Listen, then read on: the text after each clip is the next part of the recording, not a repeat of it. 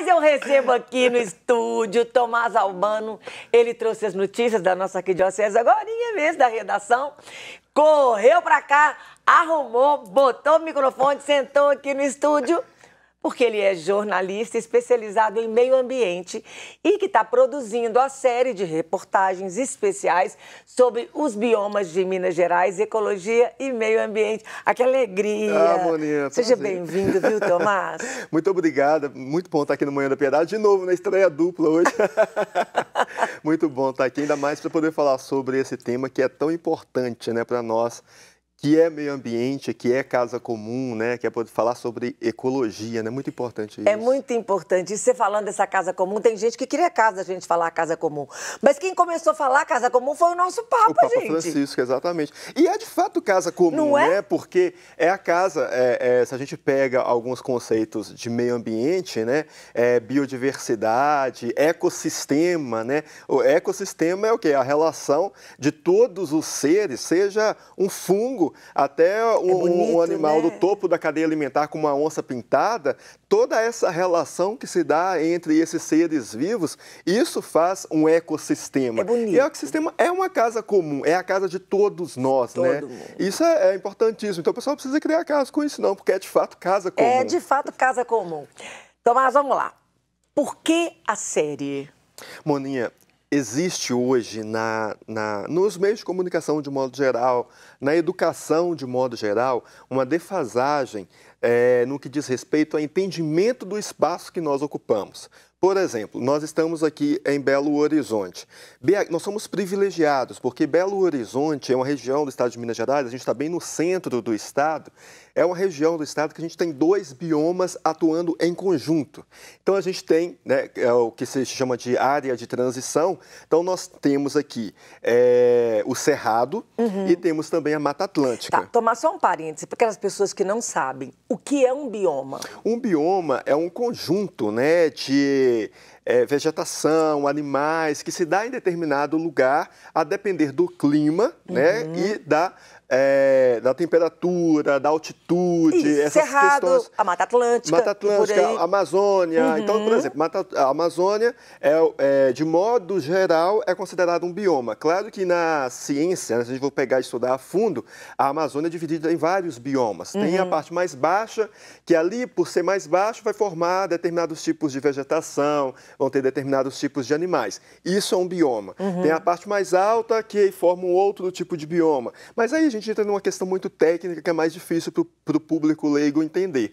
Mas os biomas são esse conjunto, né, de seres vivos, sejam eles animais ou sejam plantas, né, que a gente chama de flora, esse conjunto forma um bioma.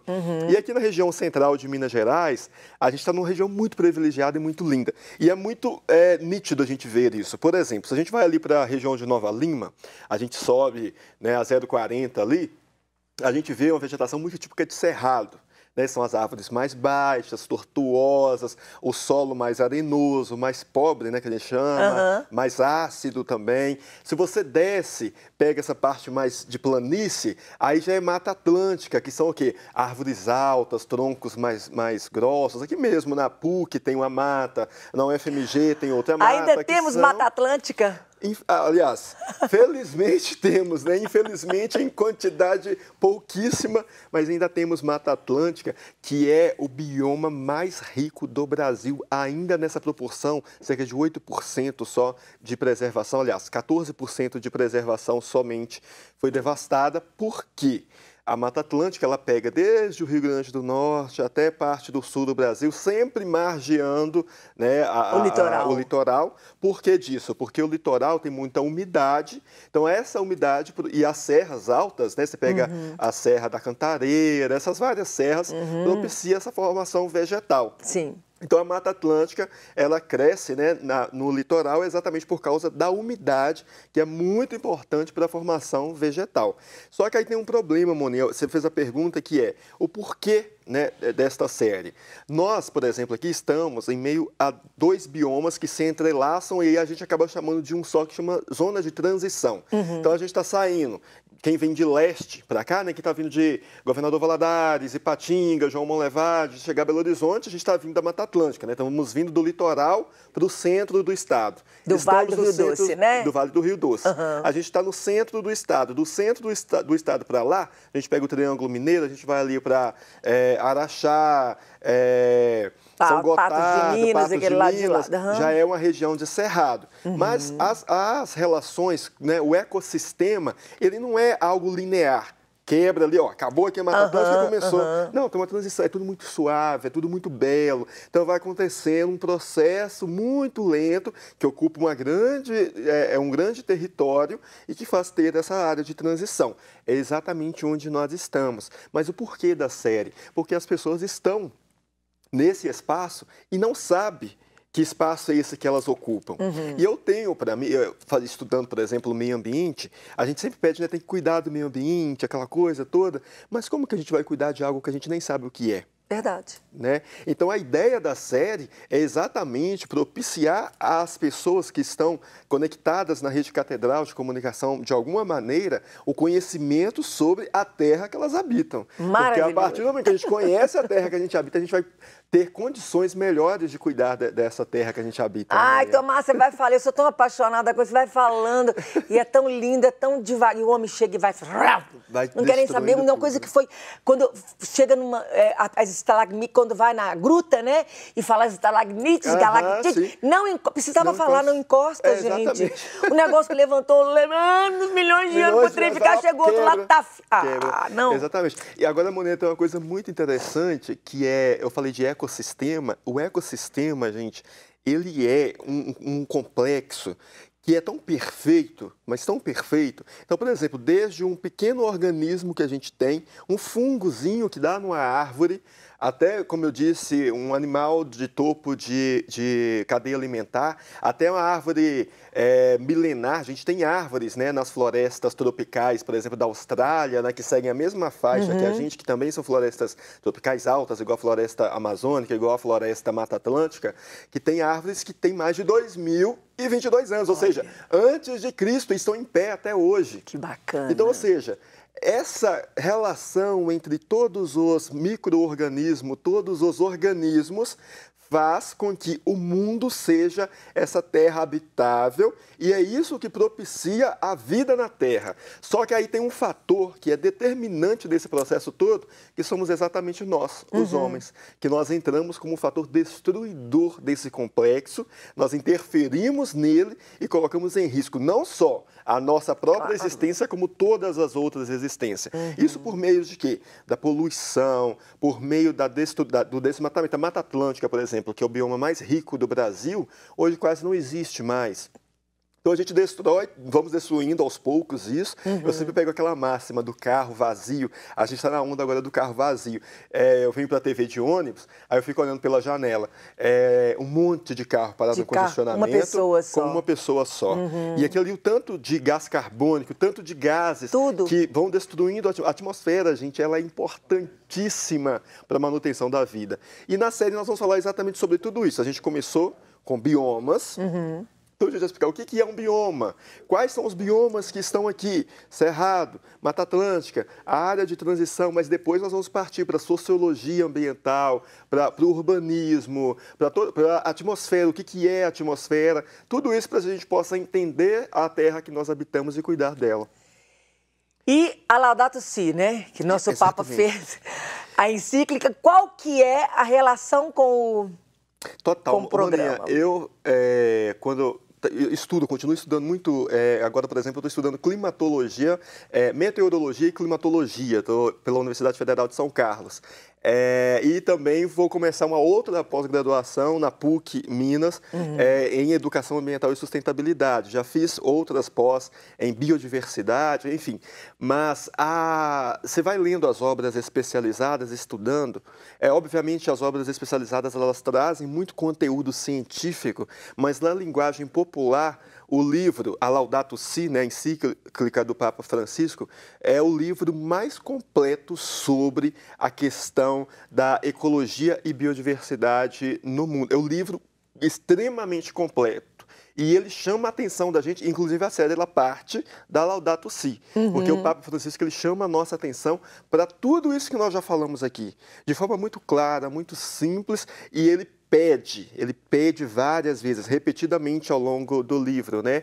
Para a gente cuidar da casa comum, para a gente poder cuidar da ecologia, para a gente ter a consciência ambiental, né? Porque às vezes a gente olha muito mais, o Papa Francisco fala isso no livro, a gente olha muito mais para os nossos interesses pessoais. Então, por exemplo, eu vou para a TV, vou ter que pegar um ônibus, o ônibus vai dar a volta, eu vou dormir mais 10 minutinhos e vou de carro. Mas isso pode ser confortável para mim, mas é nesse pensamento, todo mundo pensando desta mesma forma, que a gente está destruindo cada dia o nosso planeta. Então, a Laudato Si, ela é a base, ela é o alicerce da série, né? Ela é o alicerce dessa série, e nós vamos seguir exatamente esse caminho que o Papa Francisco propõe por meio da Laudato Si, livro que eu acho que todas as pessoas do universo deveriam ler. É um livro que fala um pouco de religiosidade. Ele fala, obviamente, da religiosidade naquela parte em que nós, como cristãos, temos que cuidar, né, daquilo que Deus criou, mas ele traz muitos aspectos que nos traduzem o que está acontecendo com o nosso mundo. Nós estamos destruindo o nosso mundo. Então, a gente pega Petrópolis, recentemente, essa tragédia. Todo ano. Enfim, se a gente pega agora as enchentes que tivemos, um exemplo aqui muito claro de como que a gente está destruindo a nossa casa comum. A gente pega a enchente no Rio Paraopeba, recentemente, né, por causa das chuvas em Minas Gerais. A enchente, ela teve proporções muito maiores, porque teve o crime e tragédia da Vale, rompeu, desceu a lama. O que acontece com aquele rejeito? Aquele minério, aquilo é pesado, aquilo se deposita no fundo. Se depositando no fundo, o leito do rio, ele pode continuar tendo a mesma extensão em termos de largura, mas ele não tem mais a mesma profundidade. Então, quando vem uma enchente, a chance daquele rio ele se transbordar é muito maior. Exatamente o que aconteceu em Brumadinho. Eu fui em Brumadinho, cobri, fiz matérias lá. Mesma coisa quando aconteceu com Bento Rodrigues. Mariana, terrível. Né? Na Samanta, que quando aconteceu o Rio Doce. Fiz matéria, que foi até o mar. Foi até o mar. Foi até o mar. Eu fiz matéria de 5 anos, estava em outra emissora, eu fiz uma matéria de 5 anos de Mariana, eu estava em Governador Valadares, e conversando com pesquisadores lá, e fui ali, inclusive, que me veio o interesse por estudar o meio ambiente. Eu fiquei muito incomodado com aquilo, porque as enchentes no Rio Doce até hoje, todas elas, quando o rio enche, é exatamente esse mesmo processo. Quando o rio enche, não vem mais lama para a casa das pessoas, vem rejeito de minério. E o rejeito de minério não sai da parede de jeito nenhum, então a parede fica aquele preto na parede das casas das pessoas. O Rio Doce, ele tem ali um ecossistema muito próprio, então estavam aparecendo espécies invasoras. Por exemplo, aquele peixe, eu não me recordo o nome, o dourado, por exemplo. O dourado não é típico da bacia do Rio Doce, e apareceu o dourado no Rio Doce do nada, assim, e hoje tem muito dourado na bacia do Rio Doce. Pode parecer legal, legal, agora a gente tem dourado, mas não é, porque não faz parte daquela bacia.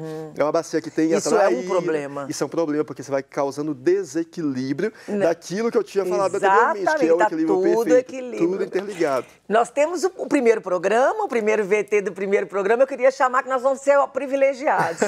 É curtinho o primeiro episódio, uma introdução, mas está bem legal. Vamos ver, então. A natureza é um mistério gozoso, bem comum que nos brinda com espetáculos cujos shows acontecem diariamente. A contemplação desse patrimônio universal faz brotar em nós o nobre sentimento de alegria e traz a leveza que purifica a alma.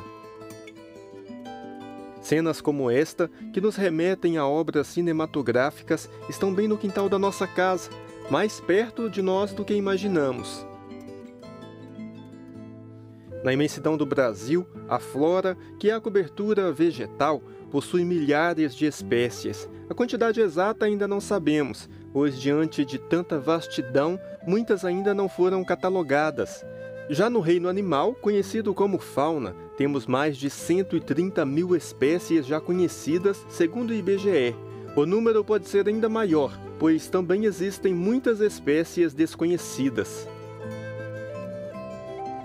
Flores com impecável beleza, pássaros que saúdam a vida construindo ninhos, o milagre da reprodução. As plantas nos brindam com frutas que exalam cor em meio ao campo característico do Cerrado, bem na região metropolitana de Belo Horizonte. A Mata Atlântica, com sua imponência, é um espetáculo à parte. E é exatamente para poder mostrar as características da fauna, da flora e a relação dos biomas com a metrópole, a Grande BH, uma das maiores do Brasil, é que nós iniciamos esta série especial. Nossa equipe desbravou territórios como a Serra da Calçada, da Rola Moça, a Serra da Piedade, lugares fascinantes, uma viagem cujo objetivo é mostrar para você a terra que habitamos. Ai, Tomás, que lindeza! E o programa vai ao ar quando? Então, Moninha, a série A Terra que Habitamos, ela vai rodar nas nossas redes sociais, na nossa programação, durante todo o dia, à noite, em vários momentos, não tem um horário fixo. E se Deus quiser, vai estar aqui no Manhã da Piedade. Manhã da Piedade sempre vai ser o episódio de estreia. Vai ser sempre o episódio de estreia. A cada 15 dias, né, o primeiro episódio está ficando lindo. O primeiro, na verdade, esse, né, o segundo episódio está ficando lindo, que já é sobre o Cerrado. Explica bastante, assim, com um especialista, vários especialistas, na verdade. O Cerrado, a terra do lobo-guará, né, o príncipe do Brasil, eu brinco sempre. Mas eu estou muito feliz, Moninha, em poder... eu, como jornalista, eu sempre fui muito inquieto e eu sempre quis ser jornalista para poder contribuir com a sociedade de alguma forma. E eu entrei para algumas emissoras como jornalista generalista e ficava muito incomodado. Tem algo que está faltando na minha vida, eu preciso... como jornalista, tem alguma missão, e aí uma missão no sentido da religiosidade mesmo, enfim, eu preciso contribuir de alguma maneira com esse mundo em que a gente vive. E construir essa série, ter a oportunidade, agradeço o Chico, inclusive, que é o nosso diretor, que abraçou a ideia, por permitir a gente fazer isso. E eu estou, assim, de coração totalmente aberto, de felicidade em poder trazer isso. Eu acredito que vai contribuir muito para a reflexão das pessoas, principalmente. Maravilha, Tomás. Eu que agradeço, né? Uma honra para nós ter o programa sendo estreado aqui no Manhã da Piedade e uma alegria mesmo, porque a gente pensa muito parecido nisso. E para terminar, que nosso tempo já estourou, já estamos chamando aqui... Eu queria fazer o jabá, né? Da afirmação. Afirmação é um programa para jovem. É um programa para jovem. É o único programa da grade da TV para o público jovem. E também outra inquietação minha, eu cresci dentro da igreja, outra inquietação minha é a juventude. Se a gente pega os canais de TV de modo geral, os jovens estão sempre marginalizados. É sempre a violência, é sempre tiroteio, é sempre drogas, é sempre nesse sentido. Mas... como diz, eu tenho essa frase, esse bordão comigo, né? Os bons são a maioria. E a gente precisa mostrar à juventude que tem feito muita diferença nesse país. A juventude que está em ação o tempo todo, está se afirmando o tempo todo. Então, por isso mesmo a ideia da afirmação, para poder mostrar o lado bom, que é o lado da maioria dos jovens, os jovens que estão inseridos dentro da igreja, até mesmo os que não estão inseridos dentro da igreja, mas que possuem iniciativas que estão transformando, né, a nossa realidade social. Então, é um espaço, exatamente, estou apaixonado com a afirmação já, é um espaço para que os jovens tenham voz, vez e também lugar, o que falta muito a nós ainda, infelizmente. Maravilhoso, jovem com voz, vez e lugar, aqui na TV Horizonte, ao vivo, toda sexta-feira, às 14h30, afirmação. Lembrando, tá aqui a afirmação. O Instagram do Tomás Albano, Tomás com H e Z no final, Tomás Albano. Tomás, muito obrigada, Deus abençoe muito, Amém. Estamos aqui, o que você precisar, uma hora na frente, uma hora atrás do bastidor, mas estamos juntos. Estamos juntos, e toda segunda e quarta eu vou estar aqui também trazendo as notícias da nossa arquidiocese aqui no Manhã da Piedade, um prazer imenso, muito obrigado, viu, Moninha? Eu que agradeço, Tomás, é uma alegria ter você conosco, muito obrigada, viu? Tá ótimo,